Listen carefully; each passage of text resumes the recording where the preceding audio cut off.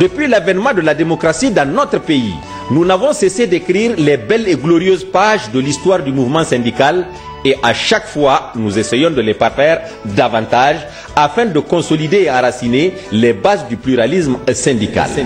Alors pour concrétiser cette volonté, la Commission nationale des élections professionnelles CONEP invite tous les acteurs locaux du monde du travail à s'investir activement dans la mise en place et l'installation des commissions administratives dans la perspective de l'organisation des élections professionnelles libres, transparentes et démocratiques. La réussite et l'effectivité de la mise en place et l'installation de ces commissions administratives chargées de recenser les travailleurs requiert l'implication de tous, principalement les autorités administratives et politiques, les élus locaux et les travailleurs eux-mêmes. Pour un mouvement syndical libre et responsable, en avant. Ceci est un message de la Commission nationale des élections professionnelles, CONEP. En regardant par la fenêtre ce matin, j'ai vu quelque chose de nouveau. J'ai vu un monde plein d'opportunités, pas seulement pour quelques personnes, mais pour chacun d'entre nous. Commence quelque chose aujourd'hui, avec la bonne dose d'inspiration, le même goût intense et l'arôme riche de Nescafé. Le tout dans un tout nouveau pack rouge et noir. Prends-toi en main et fais bouger les choses. Tout commence avec un Nescafé.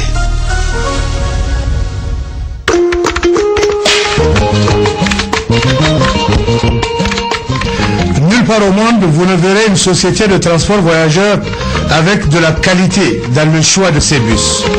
Nulle part au monde, vous ne trouverez dans le choix de votre destination une société de transport qui aligne confort, sécurité, accueil et un excellent service à bord. Nulle part au monde, vous ne voyagerez aussi confortablement avec au départ une ponctualité et une assurance à toute épreuve. Nulle part au monde, sauf au Niger, et là encore seulement chez Sonef. Sonef, le plaisir de voyager. Sonef, le plaisir de découvrir. Sonef, c'est toujours en toute confiance. Nous faisons toutes les grandes villes du Niger et plusieurs villes africaines dans 9 capitales. Cotonou, Lomé, Bobo-Dioulasso, Abidjan, Accra, Nouakchott, Dakar, Bamako, Gao, Kaolack, Ouagadougou, Fada, Nouadhibou et Kaï. Venez nous voir à notre siège ou dans nos réseaux d'agences à Wadata, Madina, Francophonie et au quartier Plateau. Nous sommes ouverts 24 heures sur 24, 7 jours sur 7.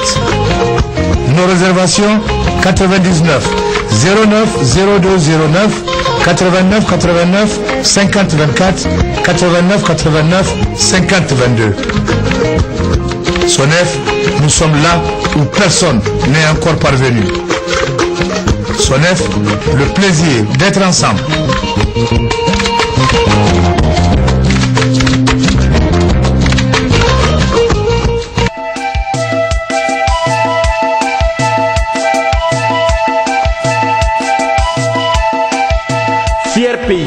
Le Niger, notre cher et beau pays, se donne les moyens de réussir sa marche vers la modernisation et la démocratie. Et chaque citoyen a le devoir de participer à l'enracinement et à la consolidation de cette démocratie véritable et porteuse d'espoir que nous voulons tous pour le Niger. Alors pour jouer pleinement notre rôle de citoyen, soucieux du Niger et de son devenir, nous devons tous adhérer et participer à la réussite effective de la grande opération de recensement électoral qui aura lieu courant mai-juin 2015 sur toute l'étendue du territoire national du Niger et à l'extérieur. Pour la réussite effective du recensement électoral porte à porte qui aura lieu courant mai-juin 2015, ouvrons grandement nos portes aux agents recenseurs. Accueillons-les à bras ouverts et répondons exactement et avec courtoisie à toutes les questions qu'ils auront à nous poser. Population du Niger et concitoyens de la diaspora, sachez que de notre engagement, de notre adhésion et de notre pleine participation à cette grande opération de recensement électoral porte à porte dépendra la qualité du fichier électoral et le succès des élections générales à venir dans notre pays. Se faire recenser et inciter ou aider les autres à se faire recenser est un acte citoyen. Retenez bien, L'électeur doit avoir obligatoirement 18 ans et pour être inscrit sur le fichier électoral par commune, par ambassade et ou consulat, il faut qu'il présente l'une des pièces suivantes: carte d'identité nationale, carte d'identité militaire, passeport, acte de naissance, jugement supplétif ou certificat de nationalité, livret de pension civile ou militaire, carte consulaire ou livret de famille. Pour les Nigériens résidant sur le territoire national, en cas d'absence d'un document d'état civil, le recensement se fait sur simple déclaration sur l'honneur de l'individu ou sur témoignage du chef de la concession ou du ménage ou d'un de leurs représentants. Mobilisons-nous donc tous pour la réussite effective de cette grande opération de recensement électoral porte à porte. Ceci est un message du comité chargé du fichier électoral biométrique, CFEB. 28 mai 1975, 28 mai 2015, la CEDEAO aura 40 ans. 40 années au service de l'intégration régionale dans les domaines socio-économiques. À l'occasion de ce 40e anniversaire, le Bureau national de la CEDEAO organise une conférence débat le 28 mai à l'auditorium Sani Bako du ministère des Affaires étrangères à 9h sous le thème Enjeux, défis et perspectives. Toujours le 28 mai à 20h30, une soirée culturelle dédiée à l'intégration au centre culturel Omar Ouganda de Niamey avec la participation des communautés de l'espace. Entrée gratuite.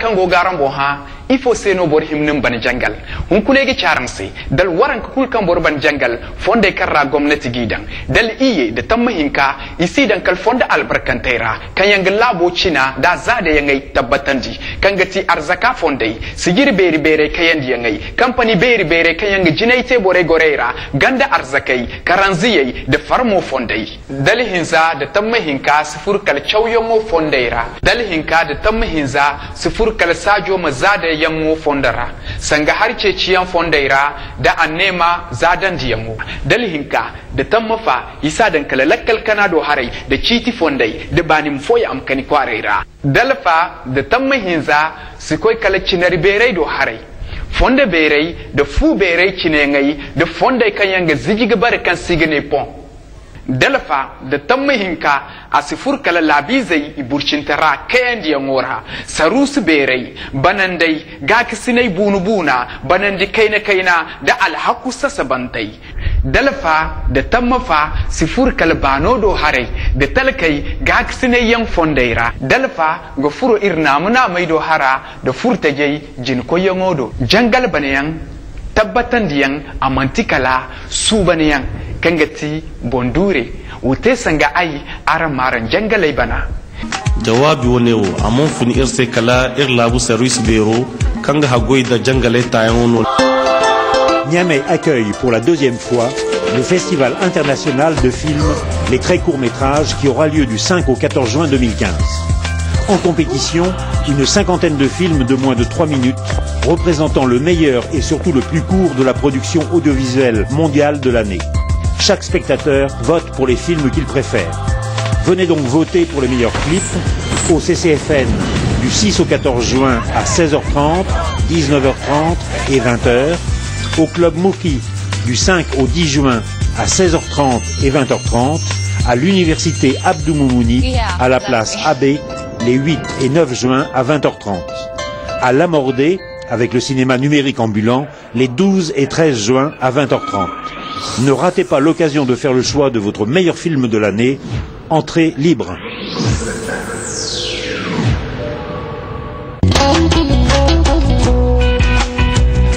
Du nouveau Ottawa, sous le haut patronage du ministre des Enseignements supérieurs, de la Recherche et de l'Innovation, l'Université d'Ottawa organise du 28 au 29 mai 2015 la 4e conférence des recteurs sur le thème « Le Niger face aux défis de l'émergence. Quel rôle pour les universités publiques ?»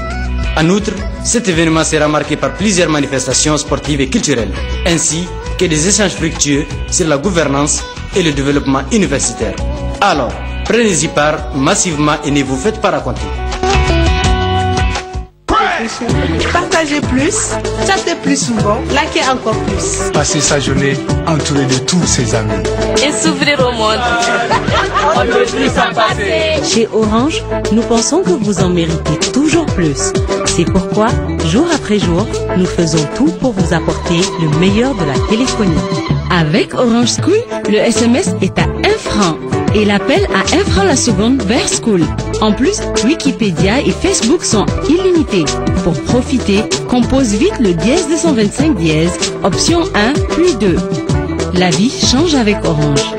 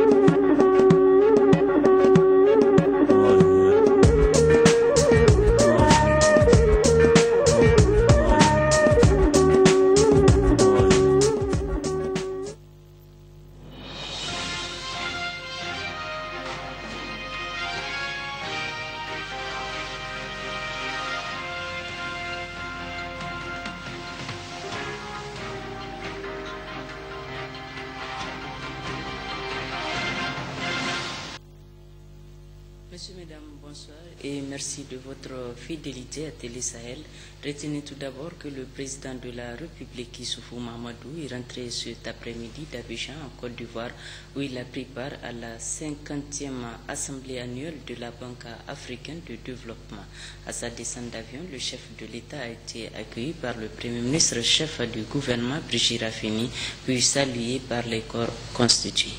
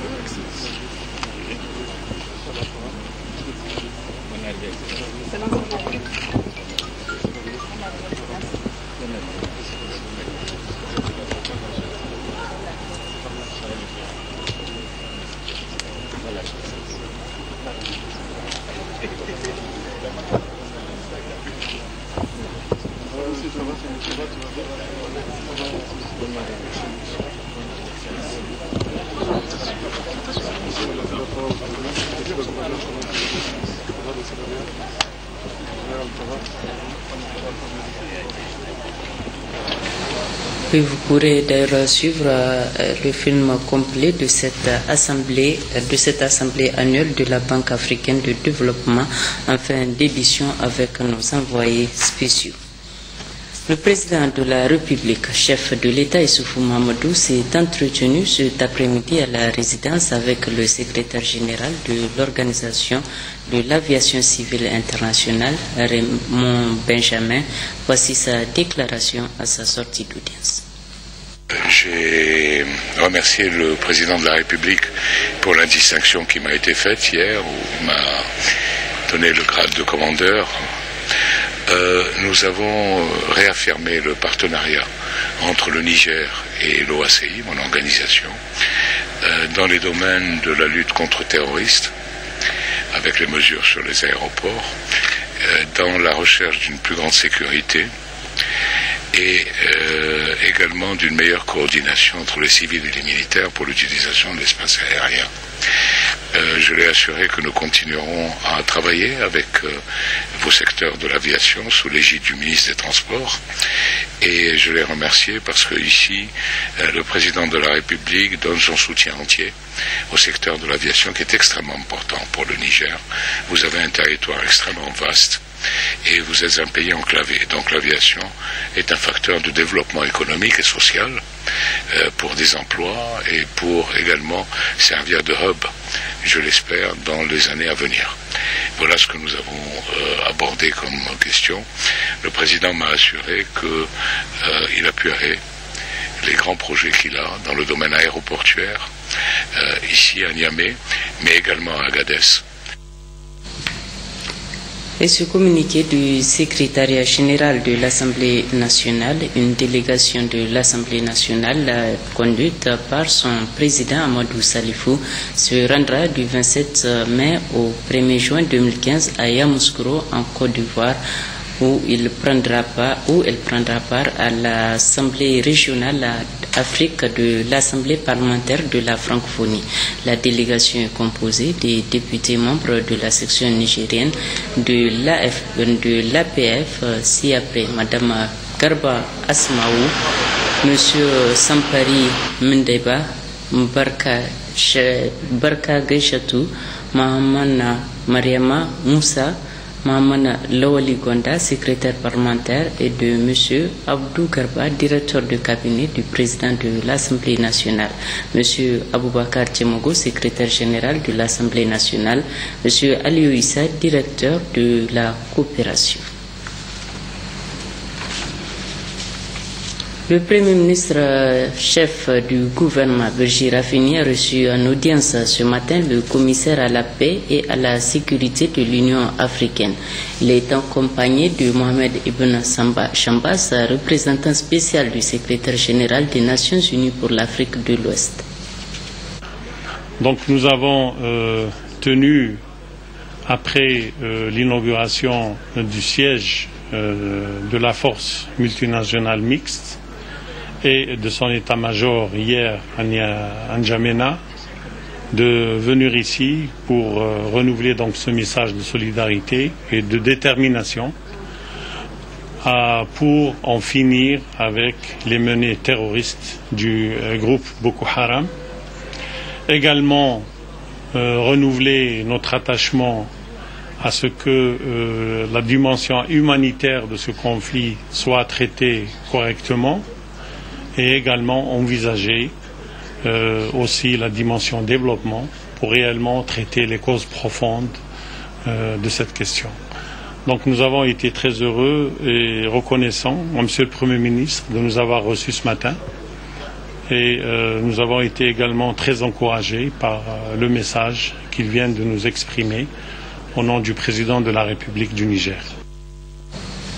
Le Premier ministre s'est également entretenu avec le directeur général d'Airtel Africa, Christian De Faria, à sa sortie d'audience. J'ai eu l'opportunité de présenter à son Excellence nos préoccupations pour l'industrie du secteur de télécommunications ici au Niger. Je pense qu'il y a des points à discuter pour favoriser une expansion des télécommunications dans la République du Niger. Nous avons eu dans les mois qui sont passés beaucoup de problèmes, de perception des problèmes de l'industrie des télécommunications ici dans le pays, et je pense qu'il est très important de sensibiliser son Excellence sur les problèmes que l'industrie des télécommunications doit en rencontrer en ce moment. Donc pour nous c'était important de faire un tour d'horizon des problèmes que nous avons. Ensuite rassurer son Excellence le Premier ministre que notre société Airtel est en train d'investir pour améliorer la qualité du service, qui passe aussi par des mesures sur la fibre optique, qui nous permettrait aussi d'assurer un service beaucoup plus important et de meilleure qualité pour les abonnés. Donc nous sommes conscients que nous avons des efforts à faire sur la qualité de service. D'un autre côté, nous espérons que les autorités vont redonner confiance aux acteurs de l'industrie des télécoms pour nous permettre en harmonie de développer les nouvelles technologies. Dans ce pays, nous avons lancé la 3G et nous aimerions continuer à investir dans le secteur, et il faudrait que ce développement du secteur économique se fasse en bonne harmonie avec tous les acteurs économiques du pays. Voilà. Merci. Les deux acteurs de la société civile, à savoir Moussa Tchangari et Nuhu Arzika, arrêtés il y a quelques jours pour atteinte à la défense nationale et des propos qui sapent le moral des troupes en guerre contre Boko Haram dans la région de Difa. Ces deux acteurs de la société civile ont été libérés cet après-midi, mais restent tout de même à la disposition de la justice. Pour relater les faits, le procureur de la République, Boukari Sali, a animé une conférence de presse cet après-midi. Un extrait de son exposé. Ce sont des propos quand même que nous avons estimés assez graves dans ce contexte actuel où, dans un premier temps, il y avait eu un rapport de Moussa Tchangari par rapport à une situation qu'il a déplorée au niveau de la zone de Difa, où pratiquement c'était les forces de défense et de sécurité qui étaient incriminées, qui étaient accusées de pillage, d'exaction, de violation des droits de l'homme et du droit humanitaire.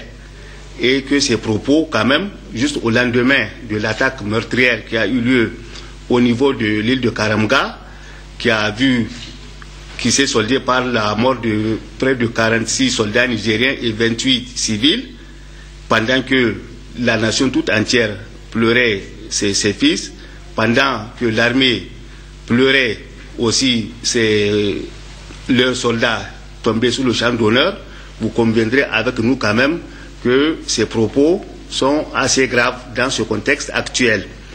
Donc, les dispositions du Code pénal sur lesquelles nous les avons poursuivies sont constitutives d'atteintes graves à la défense nationale, sur la base des articles 63 alinéa 4 du Code pénal et de l'article 74.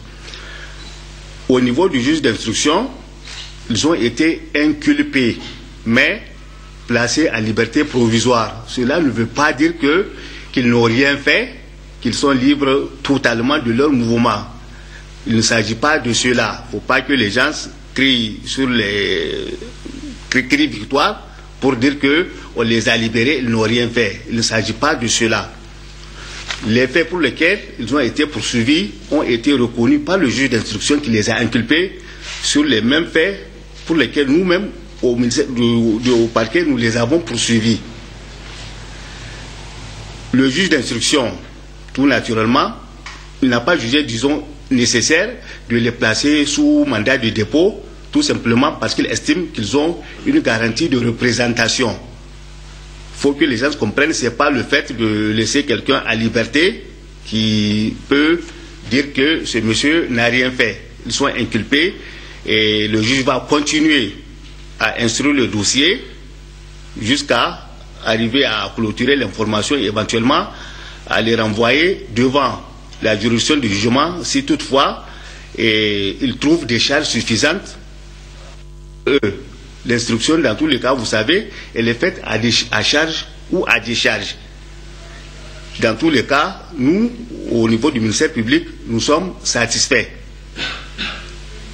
que le juge, en tout cas, a suivi les infractions que nous avons visées. Et la preuve en est que nous n'avons même pas jugé utile d'interjeter appel de l'ordonnance de refus de placement que le juge a rendue. Et ils ont été laissés à liberté provisoire à charge pour eux de comparaître à chaque fois quand le juge aura besoin d'eux. Ils sont à la disposition de la justice. À tout moment, le juge peut les appeler.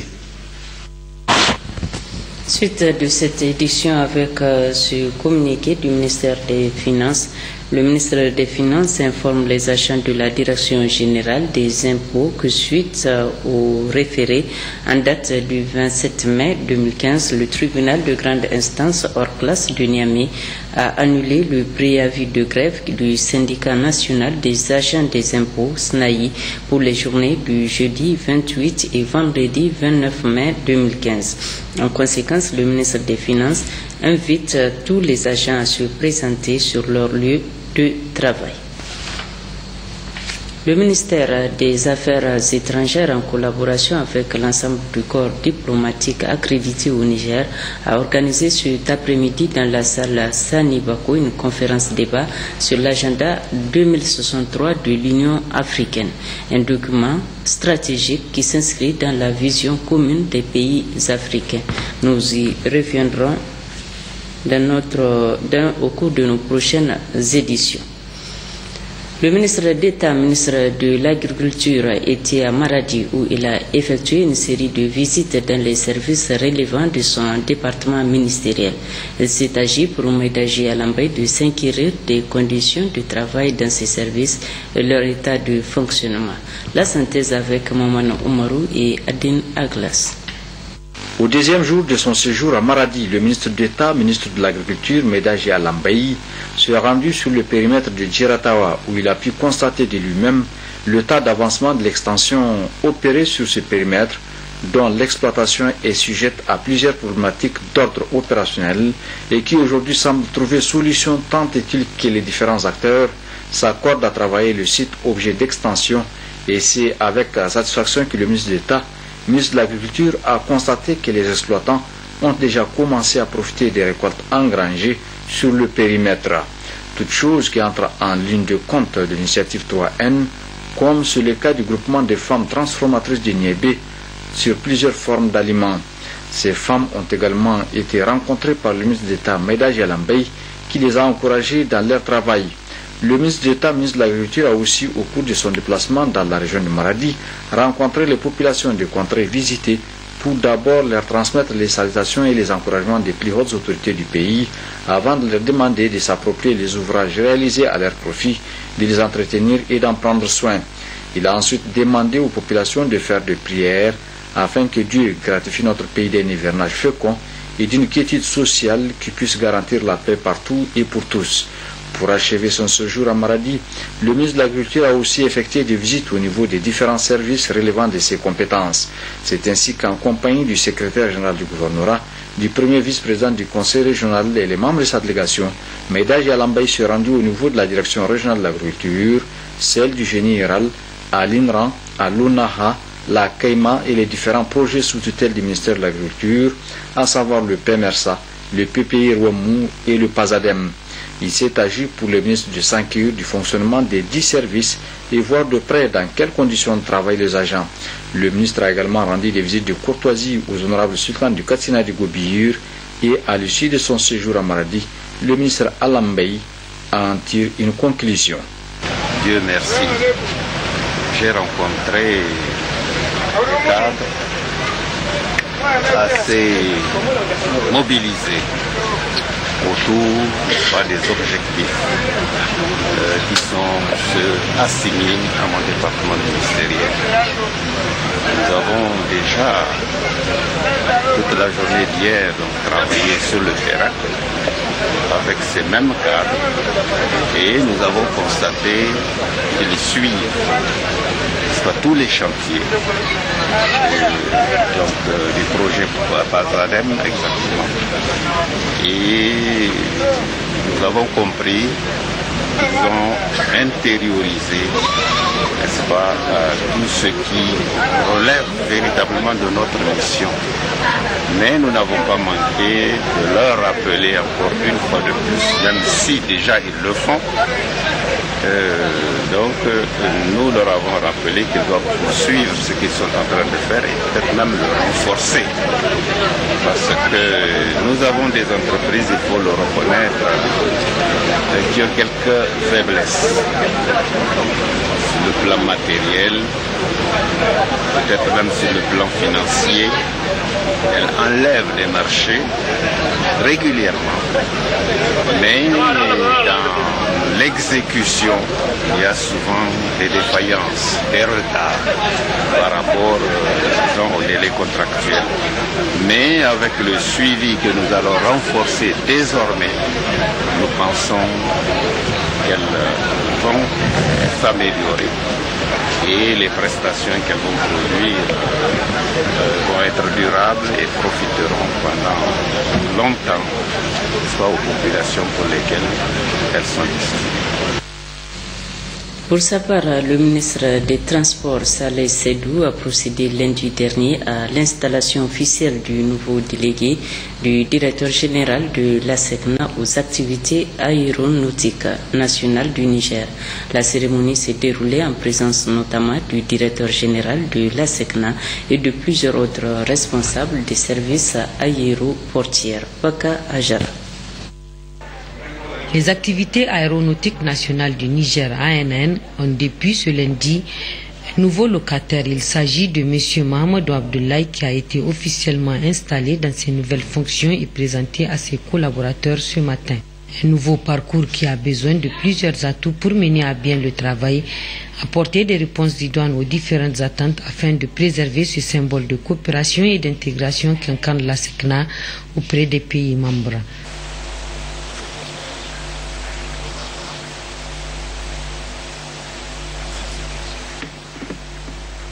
La transparence et l'équité. Ces trois choses sont des mots et des actions qui conditionnent la réussite de toute activité.